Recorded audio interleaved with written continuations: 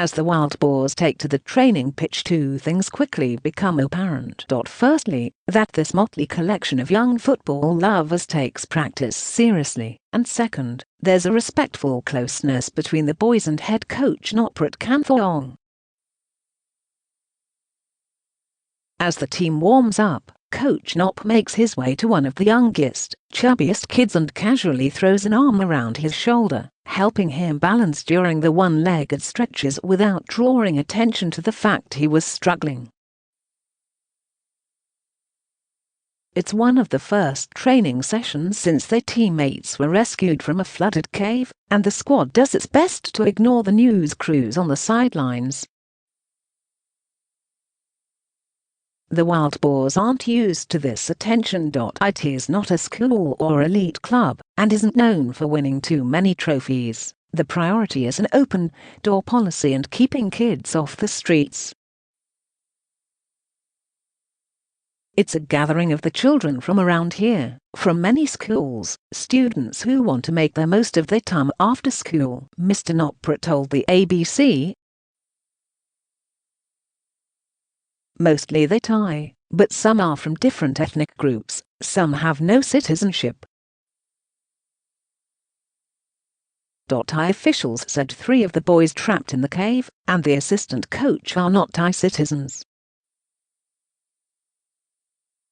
Quiet achiever. One of the stateless boys is Adul Samon, pronounced Adun. He is the one who spoke English to the British divers who found them huddled on a muddy ledge 4 kilometers into the Tham Luang cave complex. Despite the fear and hunger, his earnest politeness shone through. So where you come from? Adul asks the divers. England, UK. Oh, chorus the boys, seemingly amazed that foreigners have come so far to rescue them. At his school, Adul's many sports trophies and science awards are on display, along with photos of him playing football and giving speeches.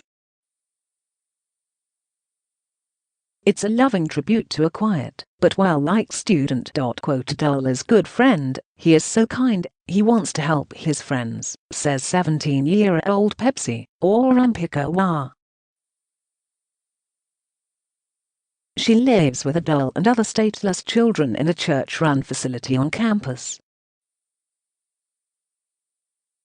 Adul doesn't talk much, but he's very cheerful and helps his friends, said Jacqueline Canula, Adul's history teacher.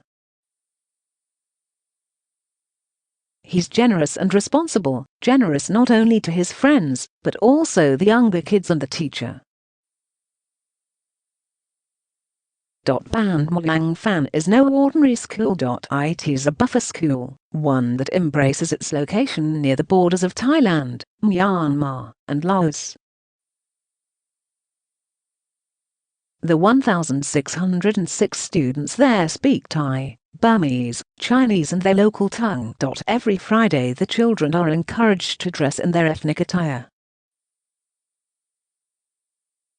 Many students receive free tuition, but Adul's grades are so good, 3.94 out of 4. 0 last year. He also gets free lunch. According to the New York Times, Adul's parents are ethnic Wa, a state in Myanmar outside of government control, where former headhunters produce most of the region's methamphetamines. The newspaper said Adul was smuggled across the border when he was 6. In contrast, one Thai official suggested all 3 stateless boys were born in Thailand, but they are still investigating. His teachers declined to confirm his ethnic background, saying it was a matter of confidentiality. Right _At the open-minded school in Maysai, Adul found friends, football and an opportunity to better himself despite his stateless status.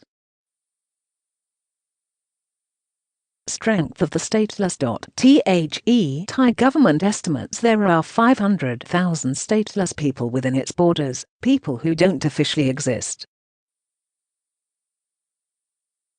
They have no standing here, no legal standing here, no place in Thailand really. There are many people like that, not just the 3 boys, said Tirapong Latwan, from Plan International. Buffer schools educate children regardless of their paperwork, but that gets harder once they're adults.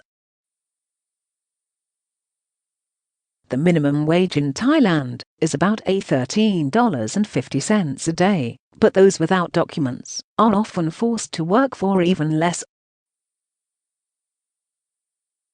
Many of them end up in the kind of jobs that other people who are better off don't want to do, spraying pesticides, those kinds of jobs. Some of the girls end up in Karak bar because there are no other, better jobs for them, Mr. Tirapong told the ABC. Working in a karaoke bar is usually a euphemism for prostitution. It is a tough way to grow up, but that resilience may have helped the 3 stateless boys and coach to survive their ordeal.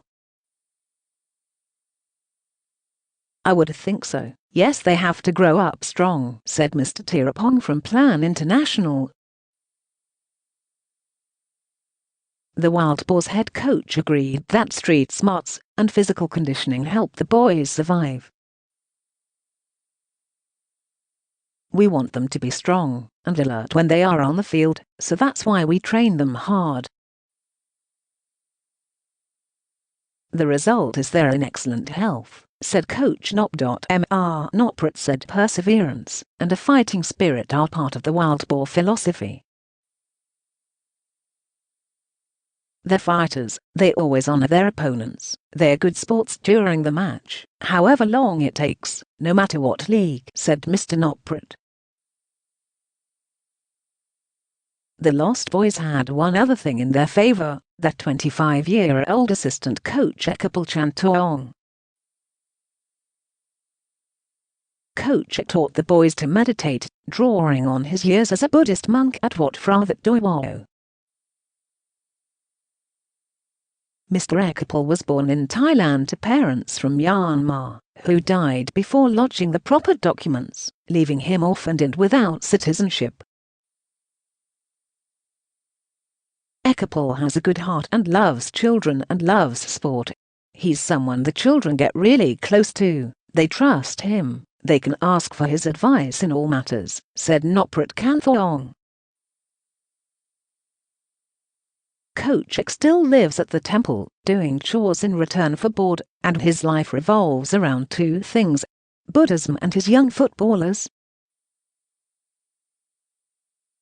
Unity, love, for now. This rescue mission, and its fairy tale ending has been a moment of transcendence for Thailand, a welcome break from corruption, nepotism and political divisions. For just a little while Thailand was united, in worry, in the hope and eventually in joy. It became a point of national pride to get these boys and their coach out. There was little care that 4 of them were not Thai citizens. I think they just focused on how to help them survive and get out from the cave safely, said history teacher Jacqueline Canula. But will it last? There's a nervous laugh as the history teacher chooses his words carefully. It depends on each person, how they think, said Mr. Jacqueline. I think we will love each other more. Even without this incident, deep in our heart we still love each other.